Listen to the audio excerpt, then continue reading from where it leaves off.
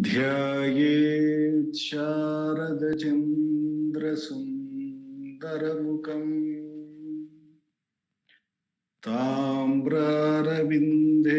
क्षणम् भक्ताभीष्टवराभयप्रदकरम् कौपीनमात्रोज्ज्वलम् स्वात्मानन्दरसानुभूतिविवशम् सर्वानवद्याङ्गकम् श्रीमन्तं श्रीरमणेश्वरं गुरुवरं योगासनाध्यासितम् ध्यायेत् श्रीरमणेश्वरम् ध्यायेत् श्रीरमणेश्वरम् ध्यायेत् श्रीरमणेश्वरम्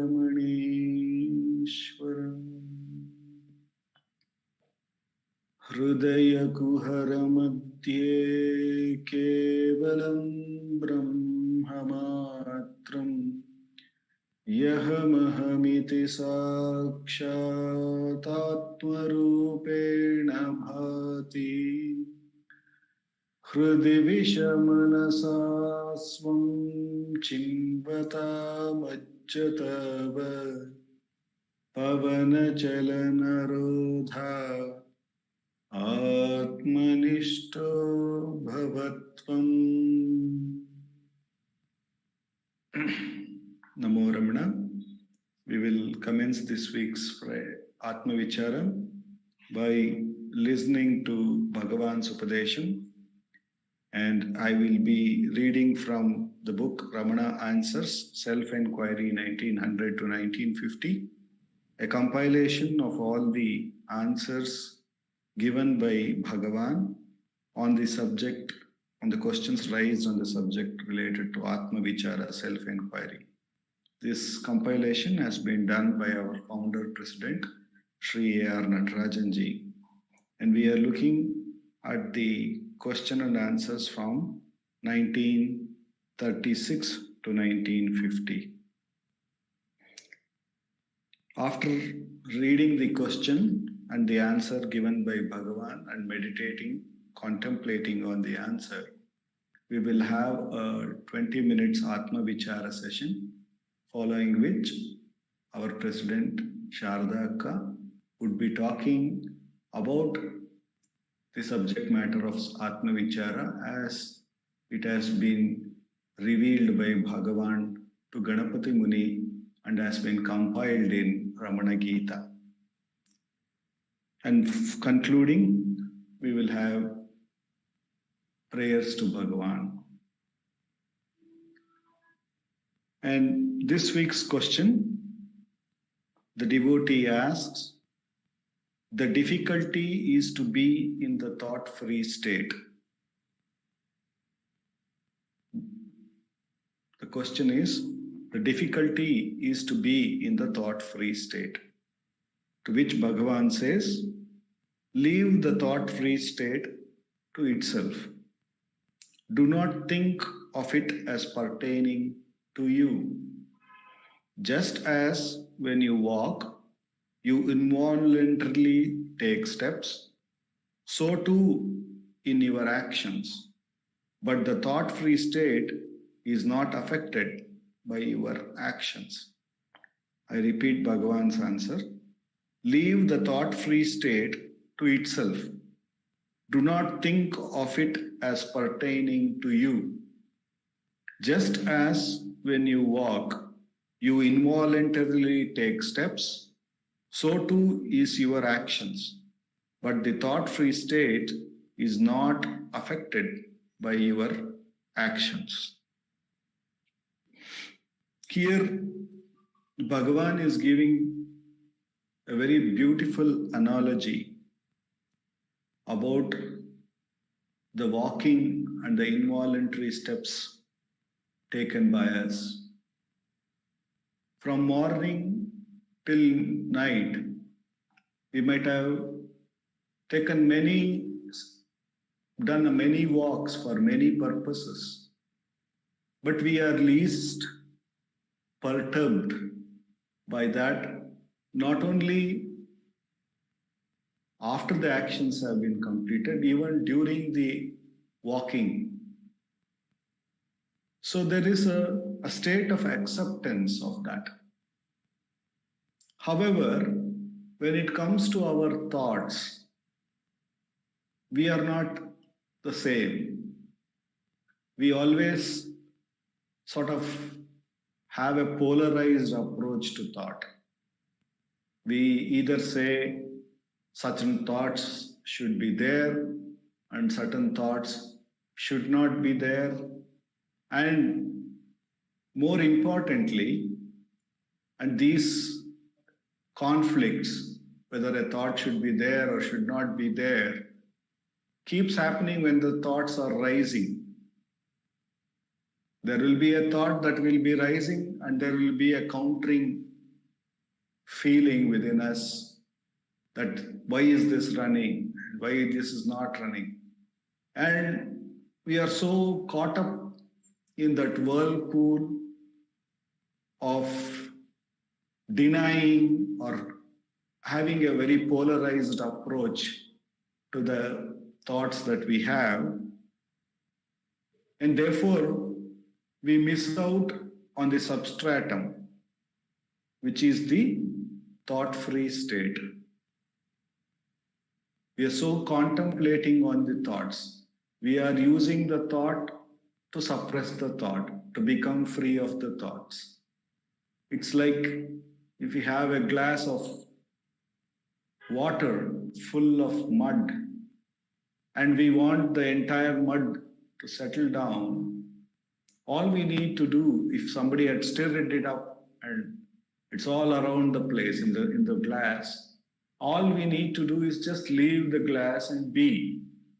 But on the contrary, if we believe that I can use my hand to suppress all of that to the bottom of the glass, the more we attempt to do that, we are going to be causing the sand or the dust to get more stirred up in the glass.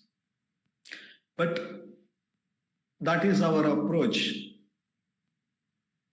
So we keep doing it day in and day out. So Bhagavan is advising here, leave the thought-free state to itself. Don't do anything, don't think about it. It is always there and it will always be there. In fact, that alone is.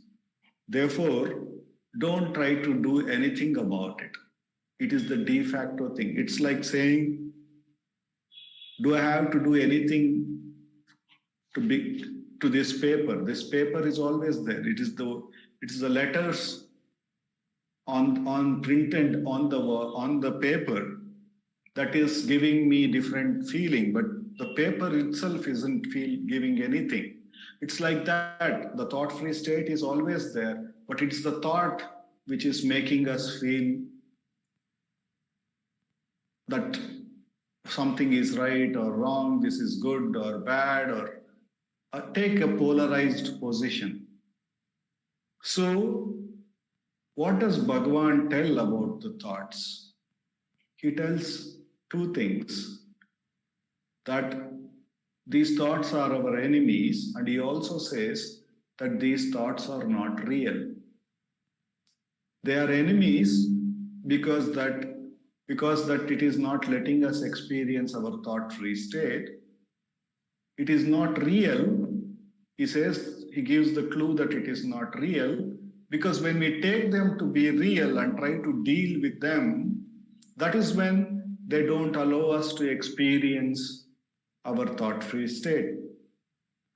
So it is very, very important that this attributing of reality to this entire thought-based system is our main problem. And even when we take a polarized state, we are using a thought to think to hold on to a particular polarized position. So it is always the thought. And as long as we hold on to thought in any which way, we will not experience the thought-free state. So he is saying, leave the thought-free state to itself. Do not think of it as pertaining to you, the thinker.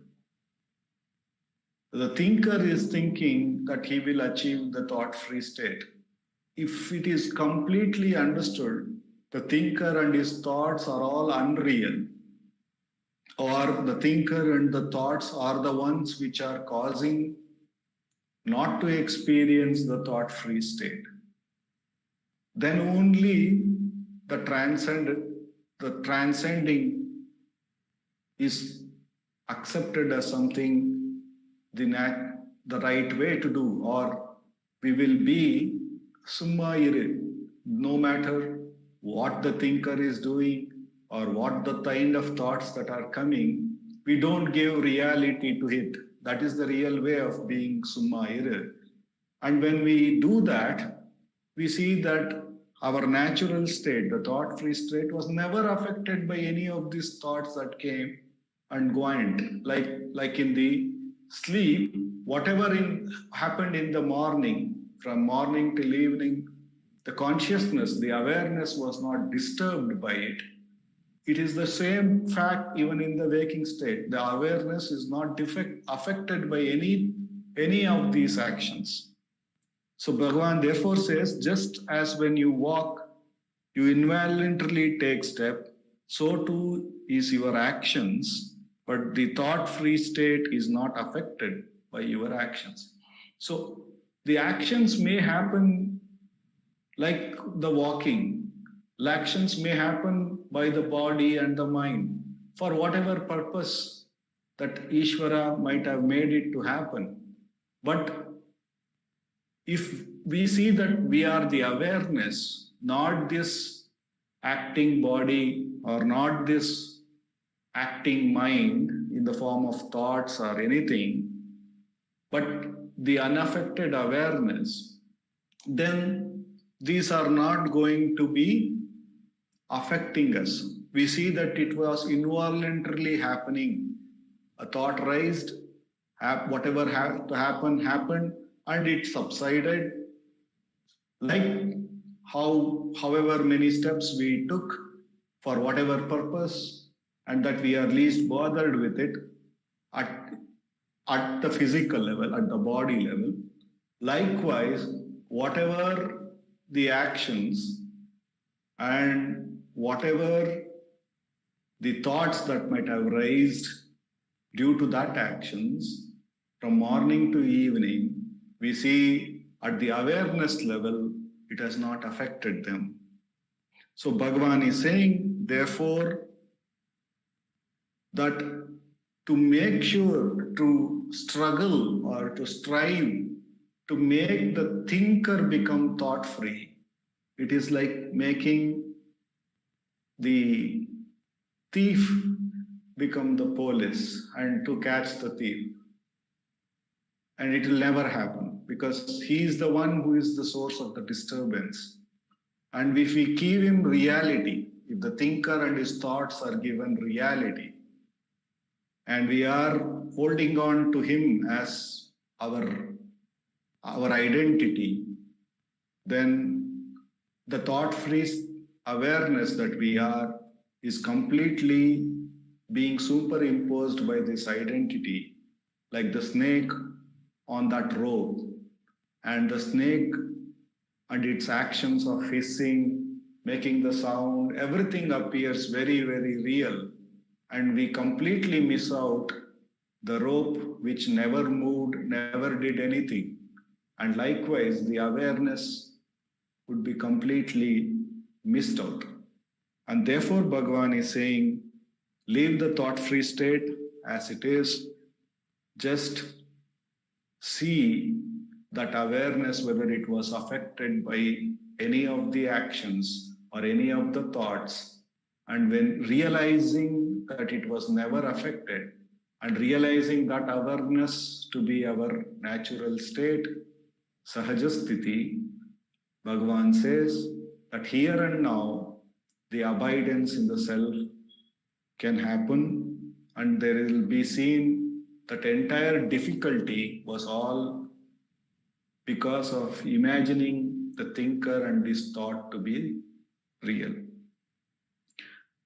Therefore, with the immense grace of Bhagavan, with which we have come to this most beautiful teaching, wherein Bhagavan says that, wherein he says that we are all blessed already with that thought-free state. In fact, that is our natural state. And by holding on to the thinker or as our identity and his thoughts as our identity, we are unnecessarily feeling the difficulty which is not to be there, which is unreal, says Bhagavan. Therefore, as long as thoughts rises within us, no matter how many thoughts rises, it is very clear the thinker and the thoughts are given the reality, and we are the attention is on the thinker and the thought. Therefore, we should immediately diligently inquire, says Bhagavan, to whom is this thought? Then the answer comes, it is for me. Me meaning whom? Oh, I. That means this identity. Am I still identified with this body? The thinker. That concept that I am this body, I am this Dilip. He is the one who is having the thought. Therefore, the identity is still not on the awareness, but on the name and form. Therefore, Bhagavan further asks us to inquire, who am I? Or what do I really refer to as I? Or where from this I rises within me? And by doing so, he moves the awareness from attending to the name and form back to itself, to the source.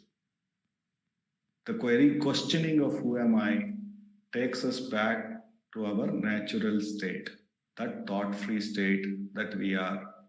And by repeatedly inquiring, and by repeatedly inquiring for every thought, whenever it rises, Bhagavan moves us from the bewildered, thoughtful state to the thought-free state of the self, and establishes in us in our natural state.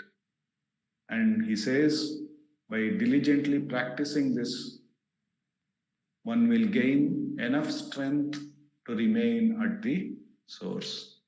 The immense grace of Bhagavan, for the next 20 minutes, let us do Atma Vichara.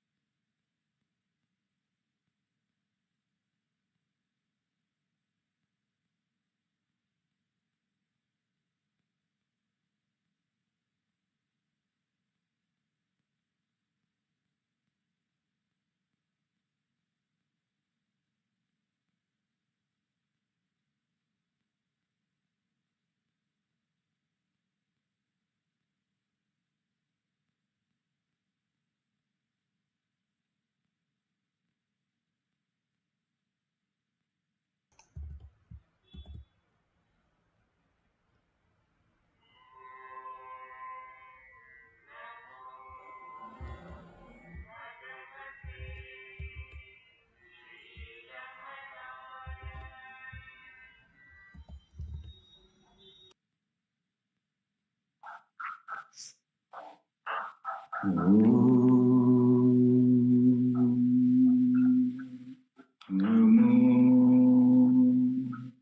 Bhagavate Shri Ramanaya. Namo Ramana. Over to Sharda Akka.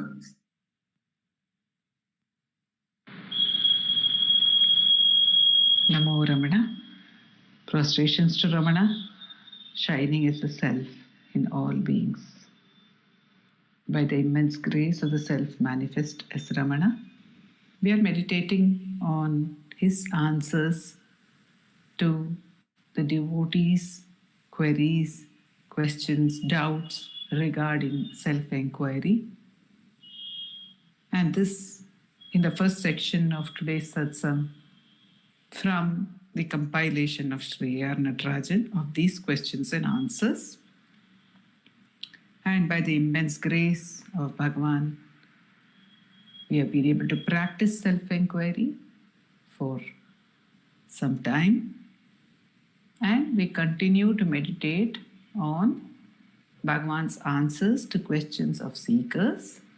The questions are centered around self-inquiry and its practice and various other aspects of doubts which come up during the practice of self-inquiry, which have been compiled by Ganapati Muni in the 18 chapters of Ramana Gita.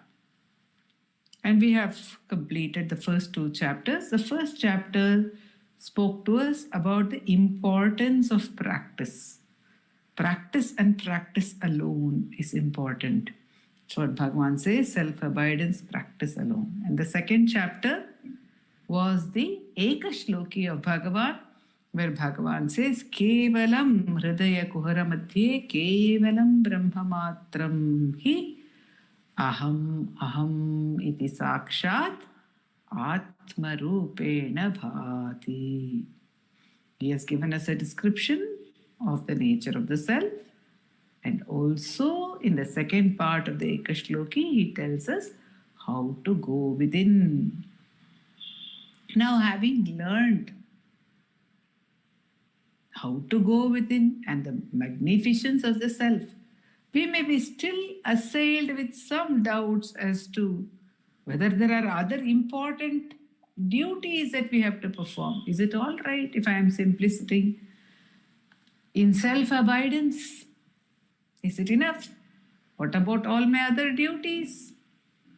This is a question which comes up in the minds of many seekers, consciously or unconsciously. And so we have Daivarata asking on behalf of all of us, Bhagavan, what is the most important duty? This is the 3rd chapter. Mukhya Kartavya Nirupanam. And again Bhagavan with great love confirms, affirms that self-abidance is the greatest, the highest duty. If we want the highest, then that is the highest duty. There is no other duty that we are called upon to perform. And then Daivarata says, okay, what is the means for self-abidance? Bhagavan has already told us. He has told us, Hridi Visha Manasa Swam Chinvata Majjata Va Pavala Chalana Rodat. But again, the seeker asks, what is the means for abiding in the self? Again and again we need reminders. Again and again we forget. And so Bhagavan allows us to have satsangs. Bhagavan allows us to read his works again and again. Bhagavan allows us to listen to the great ones, how they have shared their understanding of Bhagavan. And so we have the question again in a different form. Bhagavan answers and he says that Nirupadhike, turn your mind away from all objects, Vishayebhyah Paravritya.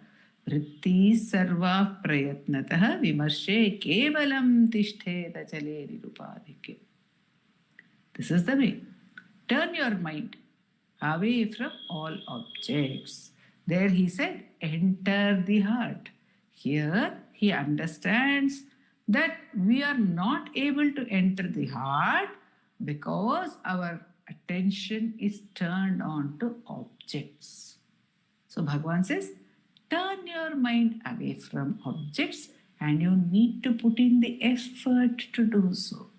You need to consciously keep turning your mind away from objects and from all thoughts, and abide in the stillness which has no upadhi, no attribute, nothing added to it. So while doing manana, we realize that the first manner in which any object becomes manifest in our consciousness is through thought. So when Bhagavan says, turn your mind away from all objects, it means that we have to turn our mind away from every thought, every object which we become aware of in the form of thought. So turning our mind back from the object towards the one who is perceiving the object. Who am I? So turning it back again and again is the practice until it remains in the absolute stillness, in the achala of the self. Then we have a doubt because we are practicing. We are practicing self-inquiry, which means that in all probability we are not able to do it 24/7. So what happens? Do we keep trying to do only that? Do we drop all our other observances? Do we stop our niyamas, acharas, all the disciplines that we have to follow? And Bhagavan says, no, you don't have to drop any of the observances.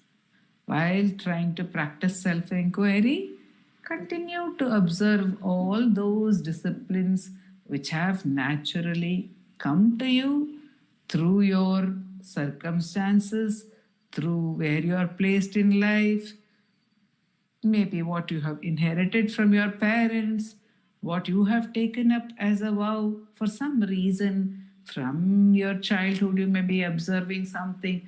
You may have naturally started saying some shloka which you say every day in the morning, or do some japa, or do some parayana. There is no need to drop any of this. It will drop off of its own. Siddhanam kritakrityanam. When you have finished doing whatever you need to do, all these niyamas will drop off of their own accord. When one reaches a point where one recognizes one is not this identity, then where is the question of worrying about any observance? We saw the state of Bhagavan where he stayed in the Patala Lingam, unaware of even the fact that insects and vermin were biting his thighs, eating into them. Blood and pus was flowing out. But he was not aware. That is the question of observing any niyama. At the same time, Bhagavan, later we see when he is in Ramanashramam, he observes all the disciplines. He maintains the time. He maintains the time of his walk.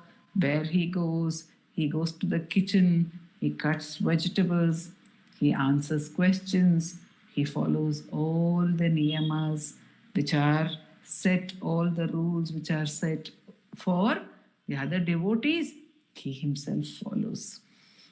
Recently, I had the joy of interacting with Sri V. Subramaniam, Mani Anna we call him, And he was saying, Bhagavan observed the rules of conduct which the ashram management laid out from time to time. For some reason, at one point of time, Chinna Swami, who was Niranjanananda Swami, he was in charge of the ashram administration. And he made a rule saying, let all the visitors, guests, eat first. The inmates and the guests, let them eat first. The sadhus, let the visitors eat first. The sadhus will have food in the second pankti, the second round. The first round will be for the guests, and then it will be for the sadhus. Now, Maniyanna observed that Bhagavan did not say, why are you doing this? Why have you changed the rule? He did not raise any objection. He did not ask Kunju Swami anything. But he went and sat in the second round along with the sadhus. He sat for food that day. He did not go when the bell rang. He only went in the second round quietly. He did not change the ashram niyama in any way. But he showed that niyamas, he can be bound, he can allow himself to be bound by niyamas, but niyamas do not bind him. He would always stick to all the ashram observances. Chandrasekhara Bharati Mahaswami of Sringeri was once asked, because he was often in a state of nirvikalpa samadhi, completely unaware of his surroundings and completely not participating in any of the mutt happenings. But then there were other times when he would also do the puja. One of the devotees asked him, where is the need for you to do the puja, Mahaswami? Then he said, if I do not do it, others will think Mahaswami himself is not doing what is the great good in doing this puja, and they too will leave it. So I must follow the observances as an example for others to follow. So Bhagavan says, continue to do it, because there need not be any thought that I must drop something. The thought that I must drop something is as much an objective experience as the thought that I must not drop or I must hold on to something. So that which is naturally there, let it continue. The niyamas, let them continue. In Bhagavan's Sahasranama, Ramana Sahasranama, Jagatashwara Shastri has said, Sahaja Prapta Karmanusthana Tyaga Nishedhakaya Namaha.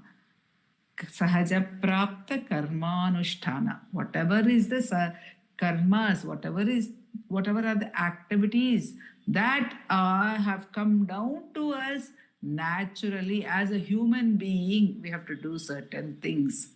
As a woman, as a man, we have to do certain things. At different stages in our lives, as a student, as a householder, as a mother, as a daughter, as a sister, or as a friend, as a brother, as a husband, whatever it is that comes naturally along with that karma, karmanusthana tyaga nishedhakaya namaha. Bhagavan says, do not give it up, do not choose to give it up. But they will fall off of their own accord. We will know when they will fall off. We will not be able to do it anymore. We find Poonjaji, who used to do japa literally 24/7. All the moments, with every breath, he would do the japa. But suddenly the japa came to an end. He had darshana of Rama and the japa came to an end. He did not understand. He came to Bhagavan and he asked him, why has my japa come to a standstill? And Bhagavan said, see, you took a train to come up to Tiruvannamalai. From the station, you took a horse cart, a jatka gadi, Then all these you left the train behind, you sent back your horse cart, and you walked into the ashram because they had fulfilled their purpose. So the niyamas fulfill their purpose, and so it is even with japa. The mind need not go to anything at all, says Bhagavan. Just take it back. You are doing your niyama. Ask, who is this? Who is aware of this niyama happening? You are doing your tasks. Ask yourself, who is aware of doing all these tasks? Enquiry can go on simultaneously as an undercurrent to everything. In fact, Vishwanatha Swami told me, give all your spare time to meditation. If we start observing how much time we have in the day, which is actually spare time, in which the mind is not consciously and intensely engaged in a particular task, all that time is spare time. Say, even if we are engaged in a particular task, if we have time to think of something else during that task, that means we are thinking there is spare time. Or the mind has wandered, it is using the time as spare time. If it is intensely into a task, it will not be able to think of anything else. It will not be thinking of anything else. So if it thinks of anything else, that's the time to do self-inquiry. Even if one is doing parayana, even if one is doing japa, if the mind wanders, Srimati Sulochana Natarajan would say, if you want to do japa also, whenever the mind wanders, ask, whose mind is wandering? Who is having this other thought, the thought other than japa? That is I. Who am I? Ask yourself and bring the attention back to the task, she would say. So that is the way self-inquiry becomes an undercurrent.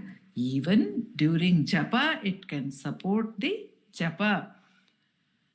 But here, Daivarata is asking on behalf of various devotees who are probably already into japa sadhana, whether they can continue to pursue it. Bhagavan says, do not have any objective awareness. But japa is an object. So, Daivarata is asking, is it all right to do japa sadhana? Kevalena vimarshena sthirena nirupadhina yata siddhi tata mantrair japtair तथा मंत्रे जप्तैर सिद्धिर भवेन्नवा केवलेन विमर्शेन स्थिरेण निरुपाधिना यथा सिद्धिस्तथा मंत्रैर जप्तैर सिद्धिर भवेन्नवा. Is it possible to attain that siddhi, that state of steady self-abidance, which Bhagavan, you have said, comes from non-objective inquiry? Is it possible to attain it by doing mantra japa? And Bhagavan answers, achanchalena manasa, without any wavering in the mind. Mantrair japtair nirantaram, constantly, continuously. If one is repeating the mantra japa, siddhisyat shraddha dananam japtena pranavena va. Then surely for one who is having this shraddha, this sincerity in the practice of the japa or the repetition of the omkara, the pranava, if one is repeating without any wavering in the mind and continuously ajyadharaya siddhihi, there will be success, says Bhagavan. In Bhagavan's teachings, the nirantara sadhana, the continuous sadhana is Very, very important. It should be Santatam Shalipara Santoshamagave, says Bhagavan in Appalam. So whatever one decides or whatever one is guided by the grace to do as one's sadhana, one must keep at it continuously. In Ashtakam also Bhagavan says, Mani kadaindana mana manamenum kallin maruvara kadaya. Keep churning. Keep at the practice. And the inquiry helps us to keep at the practice, keep at every practice. Otherwise, if we do not have the spirit of self-inquiry, we can get carried away by so many emotions, so many intellectual arguments within ourselves, discussions, debates, agreeing. As Dilip said, polarizations. This is right, this is wrong, this must be done, this must not be done. Constantly the upsurge, alayai varupiravi, like wave upon wave it comes. So one to hold on to the sadhana, one must have the goal clear that this is for what purpose is the japa being done. Here also, not for the sake of the japa. It is for being in that achanchala atmasthiti. For that purpose, will japa also help us? Is the question by Daivarata. The purpose of japa is not to attain any other siddhi, but to get atma siddhi. And Bhagavan says that if there is sincerity and there is steadfast practice, then effort bears fruit. So grace is always there, says Bhagavan. Dilip would say, since grace is always there, what is missing then? Must be only our effort. So we must put in that effort. We must keep striving.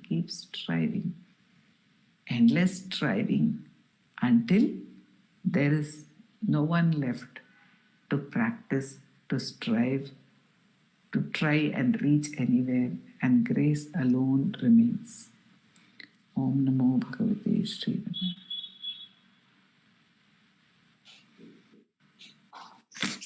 Thanks, Dr. Aparasachit Sukavarirashe Yasyornimatram Bhuvanam Samastam Guhahitam Tam Ramanam Gabhiram Chinta Vihinam Hridi Chintayami Chinta Vihinam Hridi Chintayami